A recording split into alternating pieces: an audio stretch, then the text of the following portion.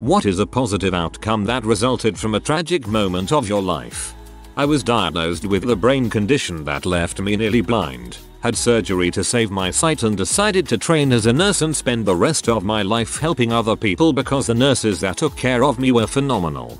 Nurses are my heroes. Thank you for being one.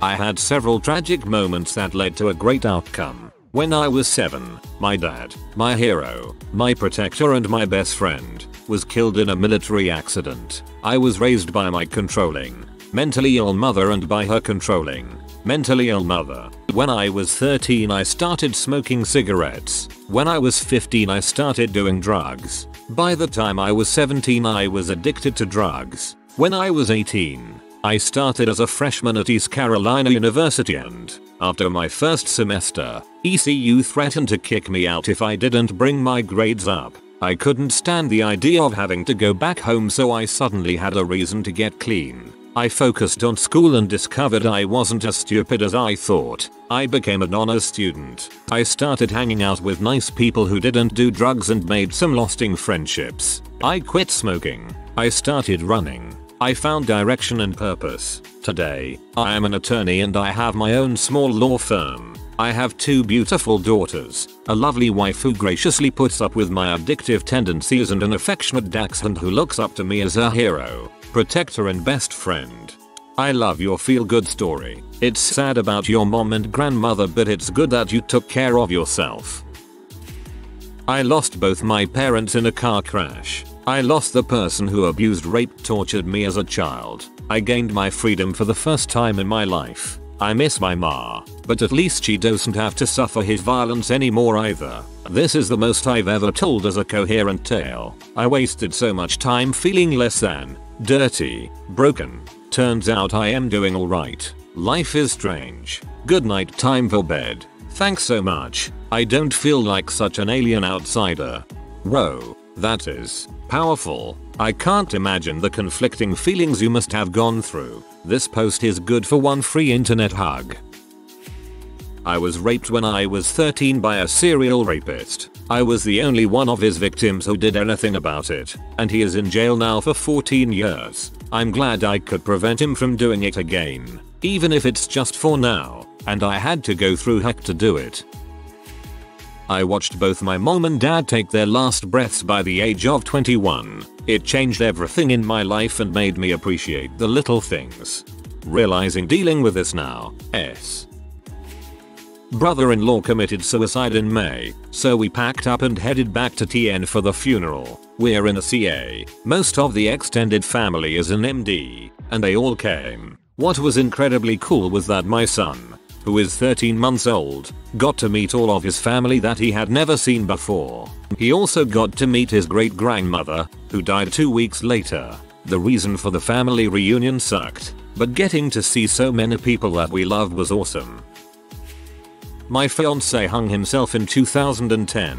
2 years prior I had started using crack, and in the long run I lost my kids due to the guy I was with at that time beating the crap out of my oldest daughter, then 6. And well, I also lost everything else. That event led up to that psycho getting out of jail from those charges, and he tried to kill me. I met the guy that hung himself shortly after all that happened and just continued further down the spiral. We were very close, but the drugs had taken us both over and we were not ourselves at all anymore. It got bad rather quickly, and eventually I came home to him in the living room. Since he died, I got clean off the drug, gained custody back of my oldest child, steady weekends with the other 2, and will be finished with my bachelor's in business administration come May of next year. It was a tough ride out of the wormhole, and I didn't have a lot of support because of the prior lifestyle I had chose to live. Now that has all turned around, and I just try to stay positive with everything I encounter. It has been really rough on me, and I still think about him all the time. When it happened I felt like part of me died. I needed to learn to grow back into myself. It has taken some time, but I am finally able to talk more about it and not break down. I have 940 days clean as of today. Congrats. Hitting rock bottom as an alcoholic, I reached a point where I felt completely alone, helpless, worthless, and hopeless. I contemplated killing myself. Instead, I stopped digging, admitted defeat, shelved my ego, and asked for the help I needed. As a result, gradually, I'm now able to see the world with gratitude and appreciation and love. I can appreciate the littlest things that, previously, would have gone unnoticed or unappreciated. The things I would have thought to be silly or useless. Simple things, like a bird landing on a branch or an old couple holding hands or the way a cold grape feels when I bite down on it or that part in Aqualung where it slows down and goes dee dee dee dee. Anything. Really. Everything. Actually, I feel like I was living in a self-imposed matrix, and it wasn't until I burned down the forest that I was able to drop my blinders and see the world around me. It allowed me to redefine my entire schema and shift my priorities into what I now feel really matters. TLDR. Alcoholism almost killed me. Instead, it actually gave me rebirth. I was about to write almost the same thing. I hated myself, my life, my future prospects, etc. Stopped drinking after hitting rock bottom. Lost 30 pounds. Ran a half marathon. Met my husband. Had a baby. Got another degree. Life is so dang better without it. Got pregnant to my now ex-boyfriend after 4 months of dating. Had an abortion. Downside, that crap fricked me up emotionally and was something I never, ever want to relive. Upside, had my first pap smear during said abortion and abnormal cells were found. Found out I had some too. Had an operation to remove cells that could have caused cancer. Have been going back to get regular checkups to make sure the cells haven't returned. I like to believe that it happened to save my life. I'm going to skip the whole story and just give you a TLDR. Got into drugs, ended up homeless, sink or swim, got my crap together, am now independent and happy, have job, have own apartment, LG. My parents divorce. My mom has since remarried an amazing man who is a huge role model in my life and someone I always try to emulate. So I pretty much have 2 dads now. Plus the whole double Christmas presents thing is a huge perk. Yay. 2 Christmases. A couple of months ago, I lost my Thomas the Tank Engine socks, and though I have over 100 pairs of socks, don't hate the player, hate the game. They were my favorite pair, largely because of how incredibly comfortable they were, but also because of Thomas' smiling face adorning the leg of the sock. Naturally, I was utterly distraught when I couldn't find them in my drawer. I looked everywhere but to no avail, though while searching I did find a £10 note in an old pair of trousers. I spent it all on 10p mini bags of Haribo and distributed them to the children on my street. It brought them unbridled joy, and it's what Thomas would have wanted. I saw it as a fitting send-off. P.S. If you're out there, Thomas, you'll forever be a part of me. Choo choo. Sweet Prince. I found this to be the most inspiring comment here. My suicide attempt. Staring at myself in the mirror, just me and a bottle of pills. The pills that take the pain away. Just looking at myself, seeing how scared and confused I was, I kept repeating "you're not worth it" and got the courage to swallow those 20 pills. That was a month ago. Now I am slowly learning to love myself and trying to understand the world and why my dad is so angry. One day at a time, friend. You are worth it. You are so worth it. I had anorexia and worked insanely hard to recover. My then boyfriend left me after I got out of treatment because I was too fat. If none of this happened, I would have never met my current boyfriend and soulmate, so in my eyes the pain was totally worth it and I feel like I can accomplish anything now. Your ex was clearly a colossal jackass. I had to flee the house I was living in this spring. The house started having major issues, plumbing backing up, plants growing through the floor, and when I tried to discuss it with the landlady, she went full psycho on me. It was the first time I hadn't had a place where I could have a garden in years. I have been very mobile most of my life, and I've always wanted a garden to call my own. I had worked hours in the backyard amending the soil. I had bought seeds, tools, straw. I had everything lined up to have the most badass vegetable garden you could imagine. Then we had to move. I knew I was going to miss the growing season. We have a short window of when we can get things planted around here. And I had all this stuff and I was a little heartbroken. So I started a community garden in a poor neighborhood with my supplies. It was surprisingly easy. I got space and water donated by the city, an abandoned lot with a water spigot. I called Home Depot, and they hooked me up with soil, raised beds, and a lot of other supplies. I got in touch with the Boys and Girls Club, and I work with people coming out of prison who suffer from addiction, so it quickly became a sort of recreational and therapy garden, and we're hoping to open up space to locals pretty soon. It's awesome. Whenever I'm there, all the kids in the neighborhood come by to help and munch on tomatoes. My clients in recovery apparently talk about their garden all the time. They really love nursing the rattiest looking plants back to life. I think it is meaningful for them. It's not exactly a garden I can call my own, but in some ways, it's better that way. Excellent. This is a front page question. I would say the loss of my mother-in-law 3 months before the birth of my son was pretty tragic, but we've seen that we all now have a deeper appreciation of who we are as a family and the positive influence my son's grandmother had on all of us. Sorry for your loss, but it is a good thing to have these reminders that we shouldn't take life for granted and to cherish those around us. As a child, my father was a mean drunk. His favorite hobbies were downing a bottle of Jack and beating my mother and I. When I was 5, I tried to stop him while he was beating my mother. This turned his attention to me, as he was stomping my rib cage. My mother finally called the cops. It cost me 3 broken ribs, a broken collarbone and a kidney, but he finally ended up in jail and the two got divorced. Silver linings, you know? That's good. That's a very good thing.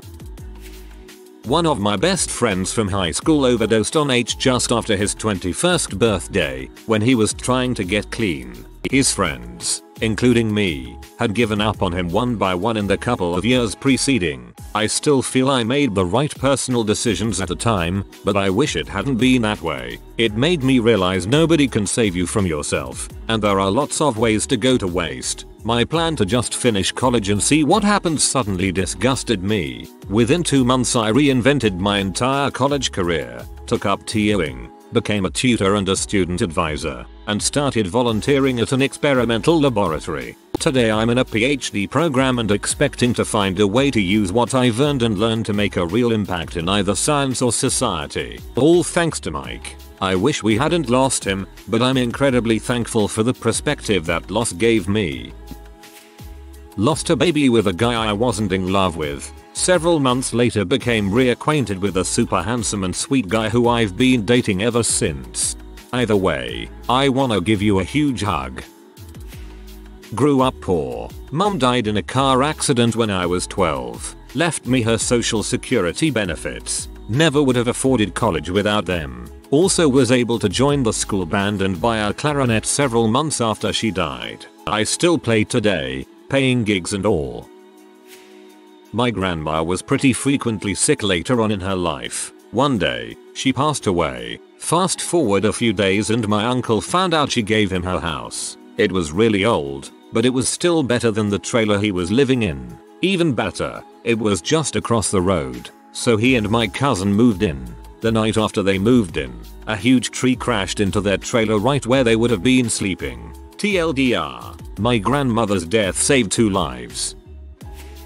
My dad died when I was 15. My brother was heavy into drugs and it all completely broke my mom. This forced me to become a man pretty quickly. I became very responsible for my age, working hard at part-time jobs while keeping A's and B's, and wasn't sweating the drama that a lot of my peers were wrapped up in.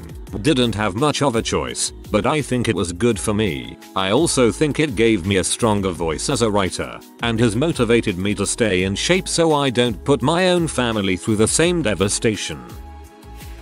It's not that bad compared to other people's stories, but it's one that I'm surprised has a positive outcome. I went out with this girl when I was younger. For a long time, my life was completely devoted to hers, and hers to mine. Or so I thought. We talked about getting married seriously, and how our lives will be once we graduated undergrad and moved in together. Since I was young when we started dating, we grew up together and grew into each other. She wasn't good at making friends, so I guess I was all she really had. Once she graduated, she moved and made new friends. She really didn't need me in her life anymore, so we broke up.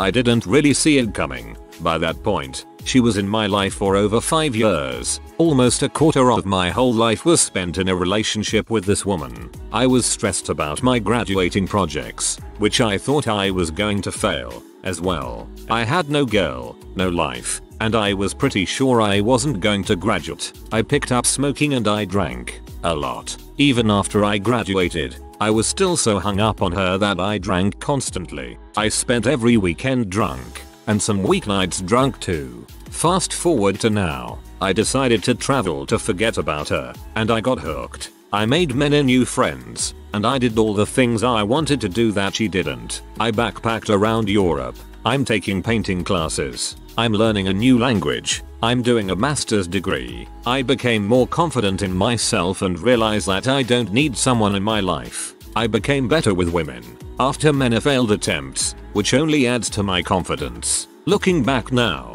if I continued to be in a relationship with her, I would have lost all sense of me, because who I was dependent on who she was. We were two objects that had to lean on one another. Now, I'm an object that stands alone. Maybe wobbles at times, but for the most part, I don't need to be reliant on others. TL. DR. Girl left boy. Boy feels empty. Boy fills empty hole with awesomeness and stops being empty. True story. I'd preface this with saying that everything is relative. My story doesn't involve the death of a child or any tragic in the usual sense. It's much more mundane than that. I interviewed for a job with Amazon. I went through the whole process. Elle was interviewed by around 10 different people. I was flown out there to have a site tour, the whole deal. The hiring manager and HR manager were both talking to me about where I should look for a house in town. I was elated as I left. I felt like I was getting the job for sure. I even called my wife to tell her that I killed it in the interview. A week later, they call me and say they're going in a different direction.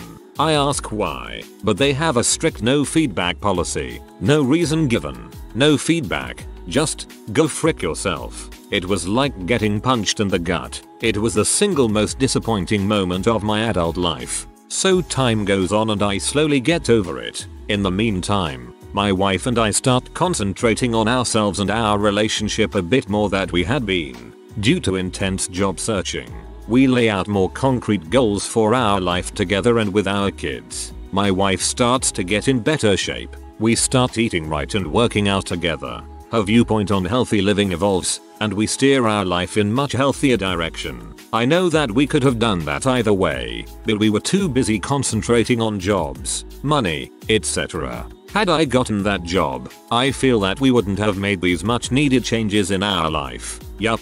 It seemed I had the edge on 2 jobs, then someone quit or got hired and they changed the direction they were going in. Got an offer at another job that I turned down. The guy that I turned down gave my resume to a headhunter who got me an interview with my current employer. Probably the best place I could have landed. My first experience with anxiety, on the verge of a panic attack for an entire week. Thought I was going insane. Thought I would never get back to normal. I now have a greater appreciation and understanding for mental health, and what the importance and meaning of life could be. I still get anxious, but I'm better off now than I was before, I reckon.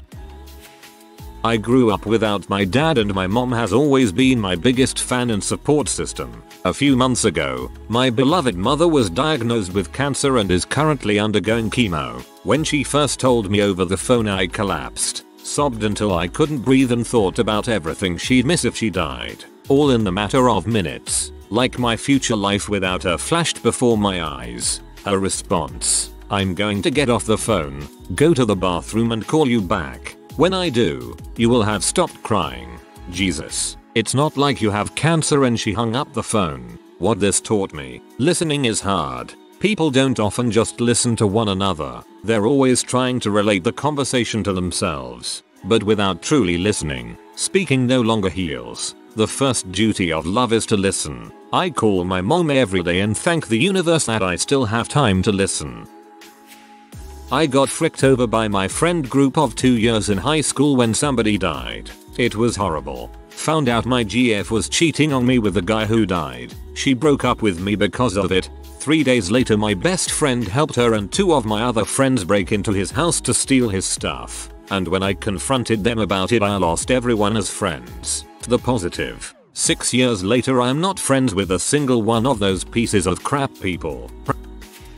I was depressed and decided to end it. I went out back to the nylon rope we had hanging from an overhang on our garage for swinging. The fun kind. Not the kind I wanted to do. And tied a knot so I could hang myself. I didn't have internet in 1994, so no tutorials on nooses. I put my head in and the world slowly went black. Eventually I woke up on the ground. My head slipped out because I made the hole too large. I was 13 at the time. I guess the positive is that I failed, got help, and got better. Today I have a great career, a loving wife, and the most amazing 3-year-old son. I have 20 years of experiences ranging from hiking and biking to my son giggling when we play at the park. I think back and I realize that I am living a life that so many children don't get to see because they never slipped out of their nose. The woman I loved was taking in the view at the top of a waterfall. She slipped, fell off the cliff, and died. I spent quite a while lost, desperately clinging to and grabbing for anything I could find of her that still remained in this world. Eventually, in my searching for her, I ended up finding myself. Her death was the catalyst for a series of life changes that set me on the path I've been following ever since, and I love my life. This is hauntingly beautiful.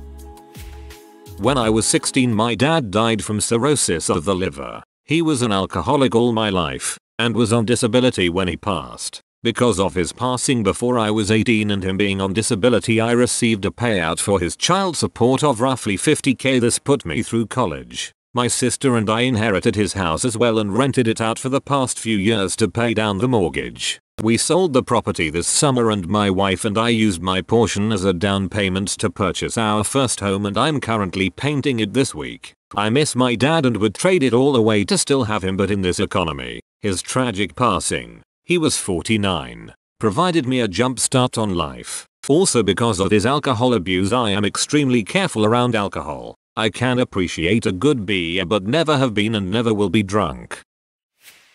Was broke, homeless, jobless, tried to kill myself, ended up in a mental health facility where I met my wife, got out and got a great job I've been at ever since, bought a house, and we've been together for almost 9 years since and couldn't be happier. My dad abused and neglected me for years after my mom died. Wound up getting an awesome stepmom who protected me and loved me unconditionally. Wrote about the whole situation for my college essays and am now going to a great university with a full scholarship. My husband passed away from a rage overdose a year after we were separated and had both been seeing other people. I kept trying to get him to come to court so we could finalize our divorce, and he would never show due to constantly being in rehab, hospitals, or wherever it is that junkies go when they don't want to deal with their problems. During this time of waiting, I became pregnant with my son, with a man I had been seeing while separated. When he passed away I was devastated, but relieved that I could finally move on with my life and live the life I had always wanted. Son worrying about drugs and suicide attempts. Harsh, I know, but my life with my family and new husband is seriously wonderful now. If you are new to the channel, you can subscribe. I publish new videos every day. Until then, check another video.